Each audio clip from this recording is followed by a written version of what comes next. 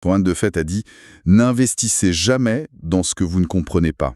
C'est une phrase qu'on entend partout, mais on prend rarement le temps de vraiment s'y arrêter. Et c'est dommage, parce que c'est la clé de tout, en fait. Exactement. Et aujourd'hui, c'est justement ce qu'on va faire, comprendre. On va voir l'investissement non pas comme un grand casino, mais plutôt comme l'assemblage d'une machine bien pensée, pièce par pièce. J'aime beaucoup cette métaphore de la machine, parce qu'une machine, ça se conçoit, ça se construit, ça a un but. Ce n'est pas juste un pari sur un boucon. Voilà. Et pour construire cette machine, on va s'appuyer sur un guide d'investissement très complet qui nous servira de plan de montage. C'est ça. Notre mission est donc de fournir ce plan. On va commencer par le tableau de bord, les indicateurs à surveiller. D'accord. Ensuite, on choisira le moteur principal, qui est aujourd'hui souvent un ETF, et puis on regardera les différentes pièces à assembler pour créer un portefeuille qui tient la route. Peu importe la météo. Allez, on y va. C'est parti. Alors, commençons par ce fameux tableau de bord. Avant même de choisir une pièce, il faut savoir quoi regarder.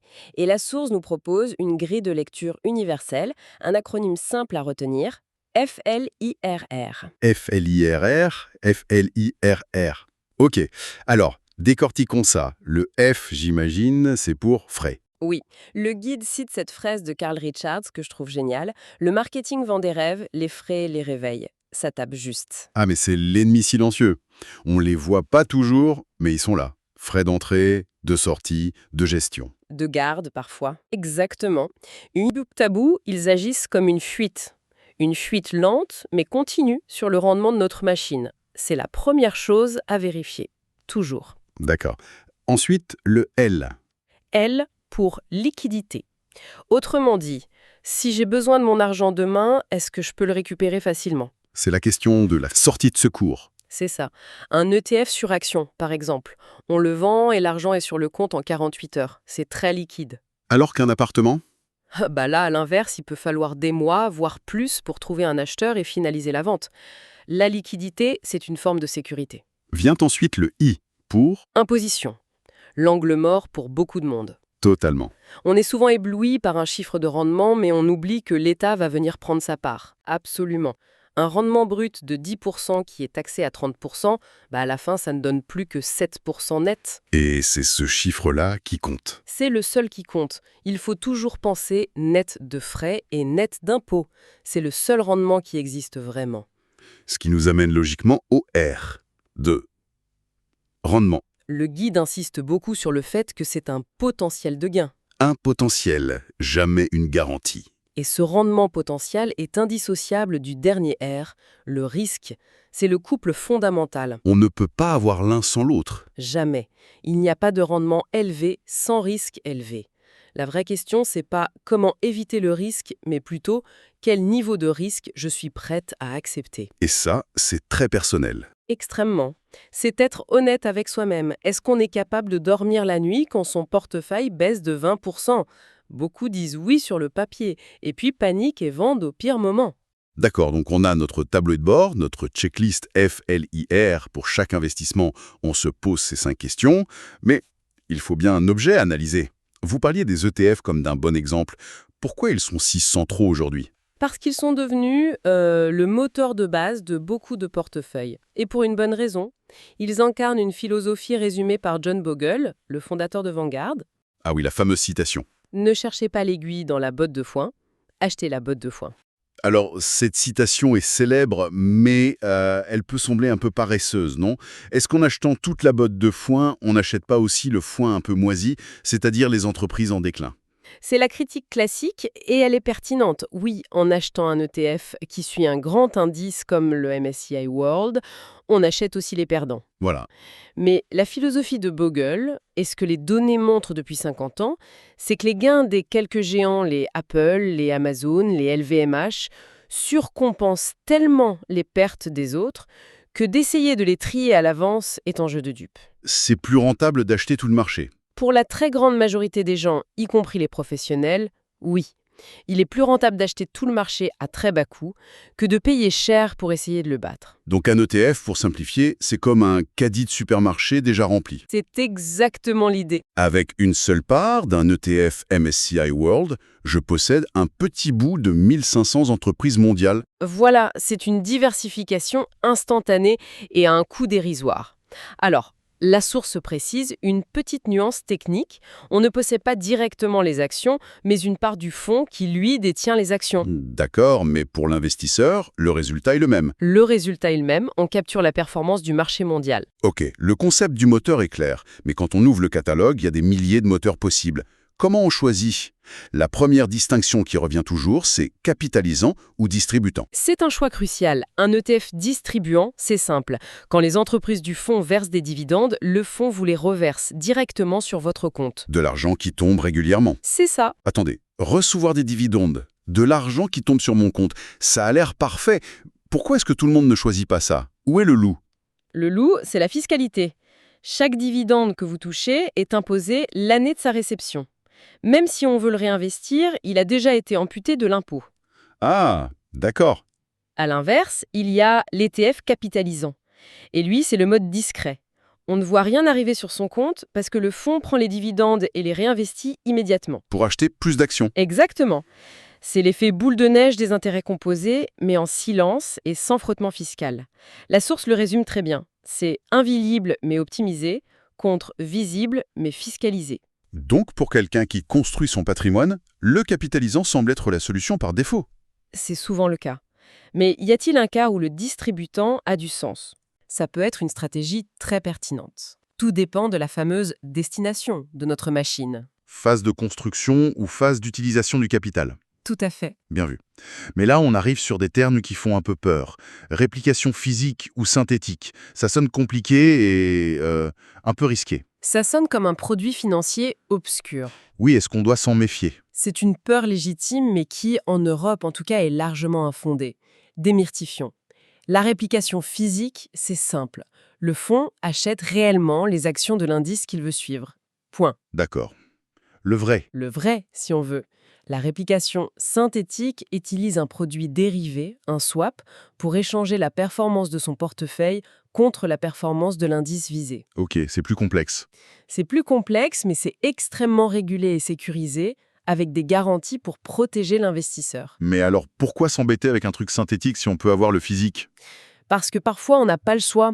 Le guide donne un excellent exemple. Pour investir sur l'indice américain S&P 500 au sein d'une enveloppe fiscale comme le PEA français, Qui est très avantageuse. l'ETF synthétique est souvent la seule porte d'entrée.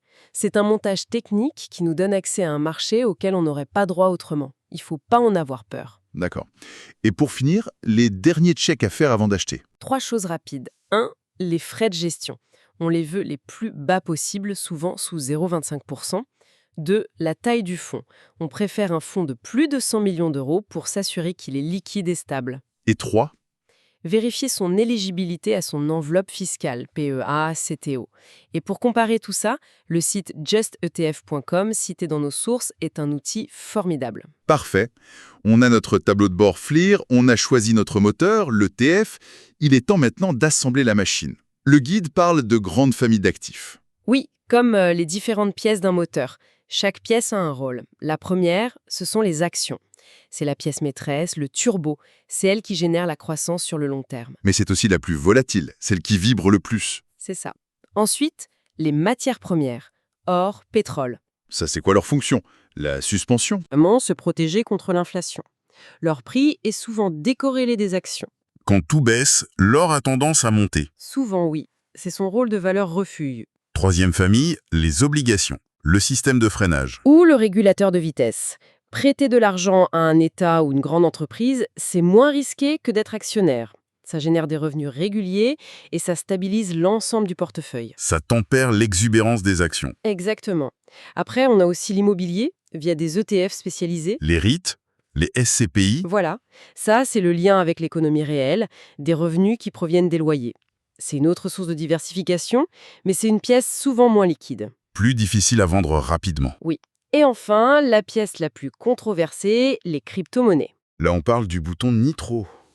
C'est exactement ça. un potentiel de performance explosif et un risque qui l'est tout autant. C'est la partie purement spéculative, à n'utiliser qu'en toute petite dose. Et en sachant qu'on peut tout perdre. Voilà, ce n'est clairement pas une pièce indispensable. Ce qui nous amène à la règle d'or de l'assemblage, la diversification. Ne pas mettre tous ses œufs dans le même panier. C'est le principe le plus important, mais souvent mal compris. Il ne s'agit pas juste d'acheter plein de choses différentes, il s'agit d'assembler des pièces qui fonctionnent différemment, qui se complètent. Et c'est là que le guide cite une étude très intéressante, de Narayan et Rayman, de 2023. Oui. Ils disent que la vraie diversification repose sur la complémentarité fondamentale des actifs, et pas juste sur des corrélations mathématiques. Ça sonne un peu académique. Qu'est-ce que ça veut dire concrètement? Ça veut dire qu'il ne faut pas se fier aveuglement à ce que les chiffres du passé nous disent. Un algorithme peut vous montrer qu'entre 2010 et 2019, les actions et les obligations étaient magnifiquement décorrélées. Quand l'un baissait, l'autre montait. Super. Super, sauf que cet algorithme ne prépare pas un choc inflationniste comme en 2022, où les deux ont plongé ensemble. Ah oui, c'est vrai. Parce que la cause de la crise, la hausse des taux, les impactait négativement tous les deux. Donc ce n'est pas juste une question de statistiques, c'est plus profond. Exactement. La complémentarité fondamentale, c'est comprendre le rôle de chaque pièce. L'or, par exemple, ne réagit pas au taux d'intérêt de la même façon que les obligations. Il réagit à la peur géopolitique, à la perte de confiance dans les monnaies. C'est une autre mécanique. C'est une autre mécanique. La vraie diversification, c'est de la stratégie, pas seulement des statistiques. Pour rendre ça plus concret, prenons un exemple. Mars 2020, la pandémie frappe, les marchés s'effondrent. Un portefeuille très simple, 100% ETF Action Monde.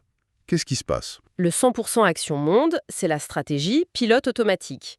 En mars 2020, il aurait plongé de 30% en ligne avec le marché. Panique à bord pour l'investisseur qui n'était pas préparé.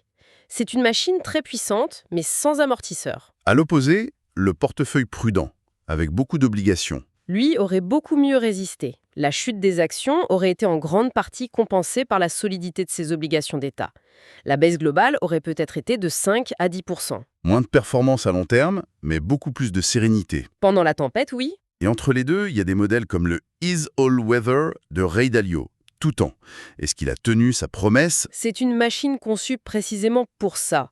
Sa composition très étudiée entre actions, obligations de différentes maturités et matières premières comme l'or. Lui permet d'être résilient. Oui, en mars 2020, la performance de ses obligations longues et de son or aurait très probablement compensé une grande partie de la chute des actions. Sa performance n'est jamais spectaculaire, mais sa stabilité est sa plus grande force. Donc il n'y a pas une seule meilleure machine. Le choix dépend si on veut construire une Formule 1 ou un 4x4 tout-terrain. C'est le message le plus important du guide. Ces modèles sont des sources d'inspiration, pas des recettes à copier-coller. Le meilleur portefeuille, c'est celui qui est cohérent avec ses propres objectifs, son horizon de temps. Et sa tolérance aux secousses. Exactement, c'est un vêtement sur mesure. Parfait. Alors si on devait synthétiser le plan de montage, on a d'abord le tableau de bord, la grille FLIR, pour analyser n'importe quelle pièce avant de l'acheter. C'est ça. Ensuite, on a vu que l'ETF est un excellent moteur de base. Il permet d'acheter la botte de foin pour une diversification instantanée et à faible coût. Il faut juste bien choisir entre capitalisant et distribuant et ne pas avoir peur des termes techniques comme synthétique. Voilà. Et enfin, l'étape cruciale, l'assemblage. L'art de construire un portefeuille, c'est de combiner intelligemment différentes classes d'actifs qui ont chacune un rôle complémentaire. Pour créer une machine qui correspond à notre profil de pilote. Tout à fait. Et pour conclure, j'aimerais revenir sur une phrase du guide qui, je trouve, résume tout. L'ETF est juste le véhicule. Ce qui importe, c'est la destination. Ça nous pousse à poser une question de fond, peut-être la toute première question à se poser.